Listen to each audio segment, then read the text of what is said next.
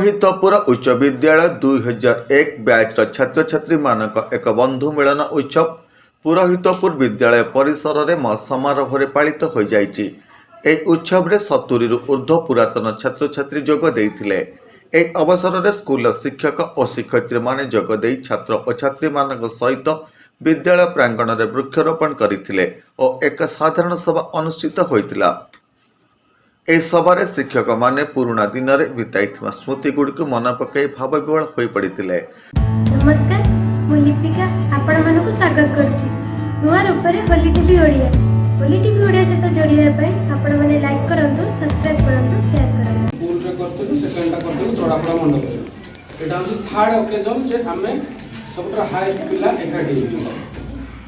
କିଛି ସାଙ୍ଗ ଅଛନ୍ତି ଯେଉଁମାନେ ଚାହୁଁଥିଲେ ଆସିବାକୁ, ଯେଉଁମାନେ ବାହାରେ ଅଛନ୍ତି। ଏମିତି କାଲି ଗୋଟେ ସାଙ୍ଗ ସୁନୀଲ ଦାସ ବୋଲି ଜାଣିଥିବେ ଆପଣ, ସୁନୀଲ ଦାସ ସିଏ ବି କାଲି ତାର ଗାଡ଼ି ଥିଲା, ସେ ରିଟର୍ନ ପଳେଇଲା ଦିଲ୍ଲୀ। ସୀତାଂଶୁ ମହାପାତ୍ର, ସୌମ୍ୟ ରଞ୍ଜନ ପାତ୍ର ଡୁନା, ଏମାନେ ବହୁତ ଚେଷ୍ଟା କରିଥିଲେ ଆସିବା ପାଇଁ, ଯେଉଁମାନେ କି କହୁଥିଲେ ଆସିବା କିନ୍ତୁ ଅଲଗା ଅଫିସିଆଲି କାମରେ ସେମାନେ ବାହାରେ। प्रधान शिक्षक और अन्य शिक्षक शिक्षयित्री माने कहिथिले केवल बंधु मिलन मध्य एही कार्यक्रम को सीमित न रखी किछि समाज कल्याण कार्य रे सामिल हेबा पई प्रस्ताव रखिथिले।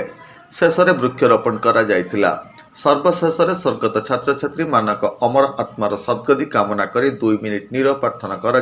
बंधु मिलन उत्सव को पुरातन छात्र सूर्यकांत साहू, रंजित गोच्छायत, विश्वजित दास, जीवन प्रधान, प्रदीप प्रधान, सुजित राउत, प्रभात मुदुली, अलेख दास, संतोष पात्र, प्रियदर्शिनी बेहेरा, जयंत साहू, स्निग्धाराणी षडंगी, प्रज्ञा पारमिता राउत, आरफिन सुल्तान, अनिता प्रधान प्रमुख संयोजना करथिले। विस्मित जेना रिपोर्ट, होली टीवी ओडिया।